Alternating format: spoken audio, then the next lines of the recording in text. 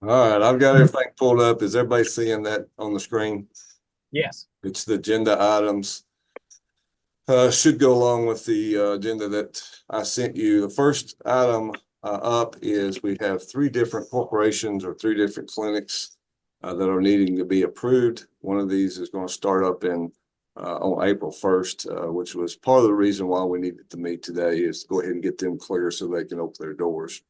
And as you'll see, that we have two sections that were approved, one in January by the committee and one in March. The mobile unit, as you can see, and then we have two mortar operations that want to open up their doors. So unless Dr. Niles, you intervene here, or if you want to interject, go ahead. But I would open this up motion for to vote these operations that we approve them to open. I move to approve the opening of these corporate practices that were approved by the committee in January and in March. I'll second that. So a motion's been made and seconded to approve these three practices. Any further discussion? If not, all those in favor, please say aye. Aye. Aye. Any opposed? None noted, Patrick. Motion approved. All right, thanks, sir. Item number 3, I'll turn this over to Dr. Hewitt. To this, we've batched. Unless we want to look at these individually, I just batched these cases here that were brought before the committee in January. These have been recommended that they be dismissed, but I will turn that over to Dr. Hewitt from this point forward. Yeah, this list of cases, along with some other ones, were submitted and discussed by the committee. As Patrick said, the committee recommends the dismissal of these cases, and I would encourage you to do so. Okay, so we hear the recommendation by the chair of the vet committee. Do we hear a motion to dismiss? I move we accept the recommendation of the veterinary subcommittee. The motion's been made by Bruce Malik. Do you hear a second? Second, Dan Wright. Dan Wright on the second. If no further discussion, all those in favor, please say aye. Aye. Any opposed? None observed. Okay, Dr. Hewitt, you can. Yeah, so there are 4 other cases that were submitted, complaint cases submitted, and I think you can see those here. What I'm going to do is I'm going to very briefly summarize the complaint, and then go into the recommendations that the committee has suggested. And if after that there's discussion, we can have that discussion. So docket number 2022-14, a complaint was filed after the complainant had taken their 5-month-old dog through the respondent for an ovariohysterectomy procedure, a spay. The complaint filed after complainant found her dog dead in the kennel a few hours after discharge and had a necropsy performed at another veterinary clinic. The recommendation from the committee is that a consent agreement to the respondent that includes 4 additional hours of education in record keeping. These 4 hours are on top of the 20 hours that are required already for licensure in the state.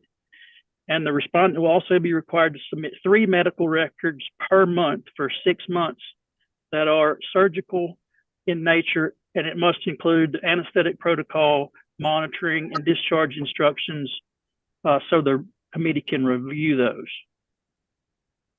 So again, this case, a client submitted their dog for a normal spay, and the dog unfortunately died. And it appeared as though the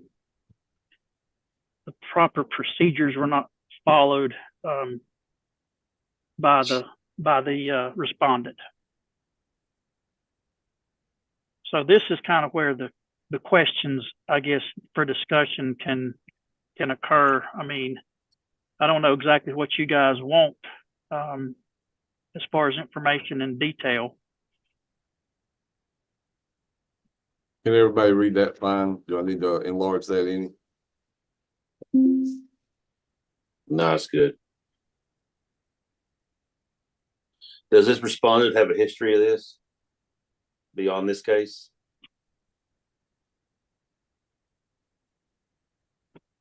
There were no other complaints that we were made aware of. Okay. But the only way we would have done is if there was a previous complaint. And I guess Dr. Hewitt, Dr. Pallone, I don't think we would even be privy to any previous complaints, the way I understand it. Right. That's correct. And I have to admit to the committee, I was not present for that meeting, so I'll take any comments from Dr. Niles or Dr. Pallone. Yeah, I mean, Dr. Pallone. So, I mean, we had gone over this, and we just found that the anesthetic protocol was pretty outdated, and there was some questioning as to whether the animal, the owners questioned whether the animal was even alive whenever it was given to them. The dog was still unconscious, if I remember this case right, and the anesthetic protocol again was pretty outdated. Okay. Yeah, the dog was put in its kennel, and I read this, so it was put in his kennel and really not checked until like 3 or 4 hours later when they got home, and the dog was dead.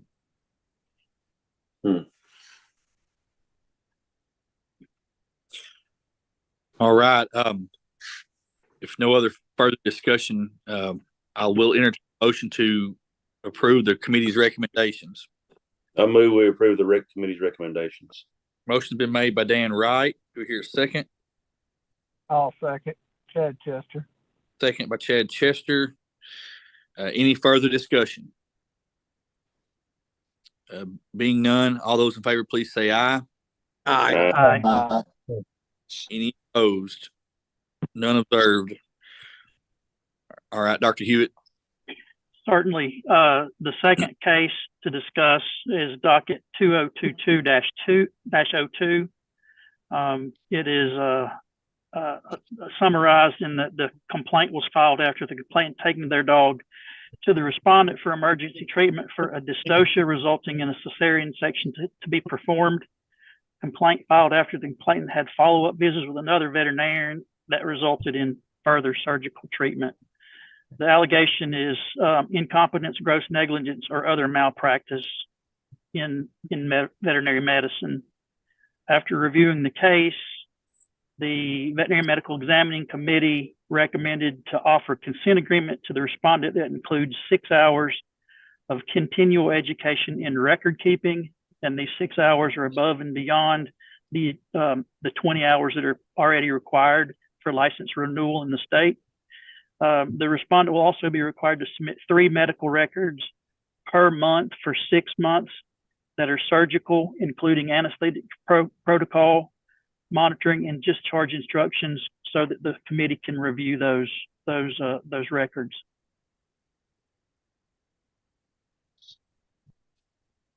All right. Do we hear a motion to approve the recommendations of the committee?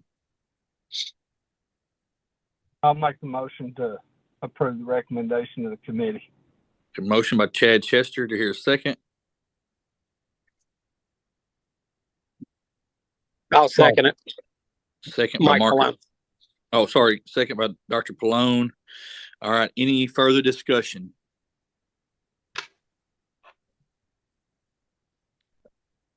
Being none, all those in favor, please say aye. Aye. Any opposed? Motion passed unanimously. Dr. Hewitt. This is docket 2022-04. The summary is the complaint filed after complainant had taken their 2 dogs to respondent for treatment. Complaint filed after multiple visits to respondent and follow up with another veterinarian for further care. Allegations is incompetence, gross negligence, and other malpractice in the practice of veterinary medicine. The recommendation from the committee is to offer consent agreement to the respondent that includes 6 hours of continuing education in the form or from the American Heartworm Society in regards to treatment guidelines. These 6 hours will be in addition to the normal 20 hours that's required for licensure in the state. Members of the board, I guess, or the committee, do you want us to maybe go over these cases a little bit like we did that first one? That would be helpful. So I'm driving, Dr. Hewitt. Can you do that, or do you want me to try? I've read it, but I wasn't there for the discussions. I do know that there were some guarantees, I believe, made, or some guarantees inferred that the animals would be fine after the treatment. Yes. Yeah. So, Patrick, is it okay if I talk specifics or no? No, absolutely. You can. Okay. Okay. So this is the case where the veterinarian had offered therapy with a laser for treatment of heartworm disease, and pretty much had guaranteed the result by using a laser, and he had advertised the use of the laser in part of his advertising. Now, in his advertising, if I remember right, that there was I don't think there was a guarantee written on that, but he had verbally guaranteed cure of heartworm disease with this therapeutic laser. There's no evidence that we found anywhere that this laser does anything. It's not approved by the American Heartworm Association. There's tremendous amount of research in this disease and the treatment of this disease, and there's a lot of treatments. Well, I'll say there are FDA approved treatments out there. That does not include this machine that this veterinarian has. And so we felt that it was not researched enough, and we felt that it was a false claim to even claim that this might work, because there's really no medical evidence that it might even work. Dr. Pallone, this is Bruce. Now, I know your recommendation are these additional hours of continuing education and that type of thing, but is there also an agreement that the veterinarian cease that type of advertising? Well, and Patrick, stop me if I'm overstepping what I say here. This veterinarian is actually in litigation, and we were told to go through and make our recommendations as far as what was against the Veterinary Practice Act. And this veterinarian there's multiple cases against this veterinarian, and they have retained an attorney. And we were just told to, again, amass any allegations that would break the Veterinary Practice Act. So that's what we did. Okay. I would strongly recommend accepting the board's request on these hours. Again, there's more that needs to happen in the future, but it sounds like those wheels are turning. Tyler, I move that we recommend this. I'll second. Who was the motion by? Dan Wright.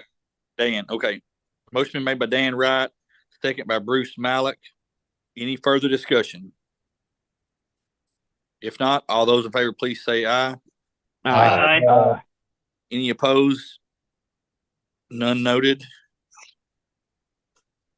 Was this our last case? No, we got one more. Well, Go ahead. So I think this one's going to have some conversation, and I would encourage Dr. Niles, Patrick, or Dr. Sloan to please jump in here. But docket number 2022-05, allegation, incompetence, gross negligence, and other malpractice in the practice of veterinary medicine. The complaint filed was filed after the complainant had taken their dog to respondent on an emergency call for suspected bloat. Complaint filed after the death of the complainant's dog. I think it's fair to say that there's really not a lot of information from the respondent. From a legal perspective, is that right? Is that fair to say, Patrick or Mike? Correct. Yeah, there was several cases on this respondent that there was response from a practice manager, and then there was some where they just refused to respond at all and just referred us to the attorney. Right. And so after,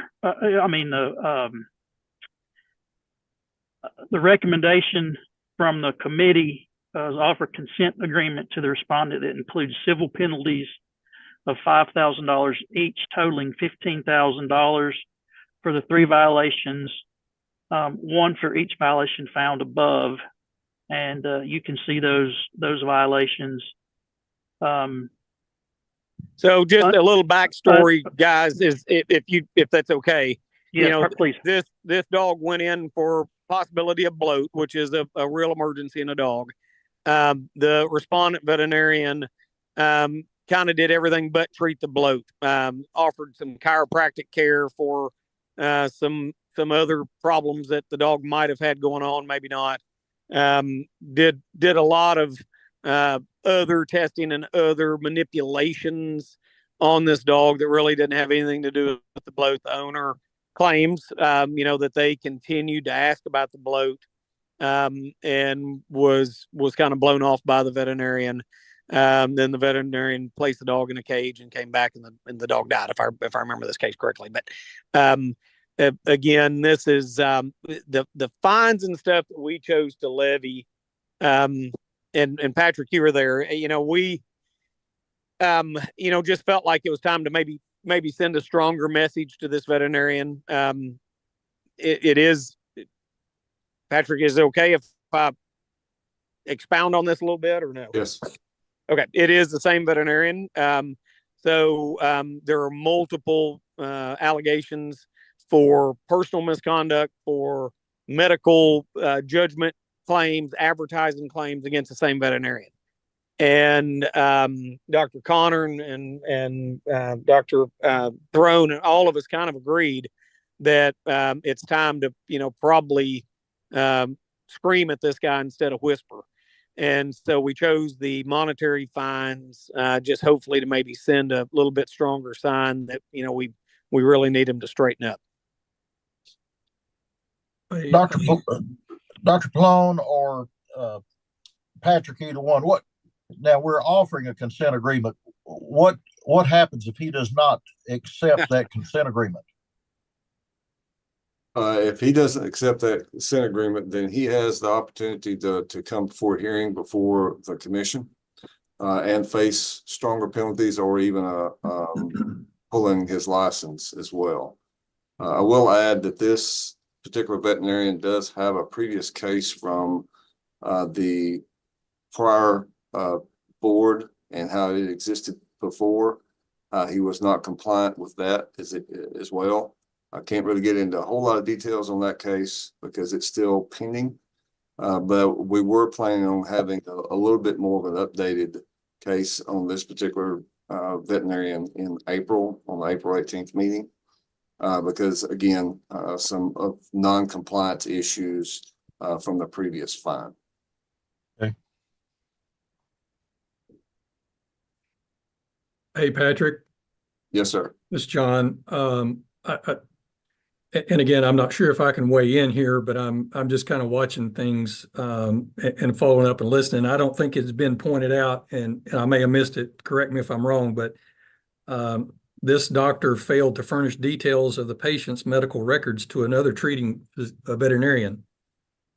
So that shows that he's not trying to participate and be collegial in the practice of medicine. He was required. Go ahead. Sorry. Required to pay a fine in the last case. He's failed to do that.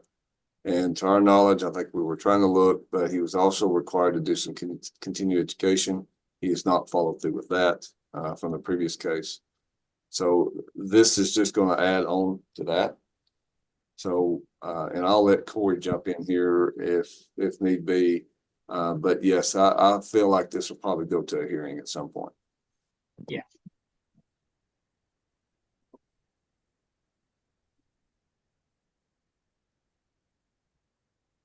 I'm not seeing his official reply to the committee either. The veterinarian's official reply to the committee. That would be correct.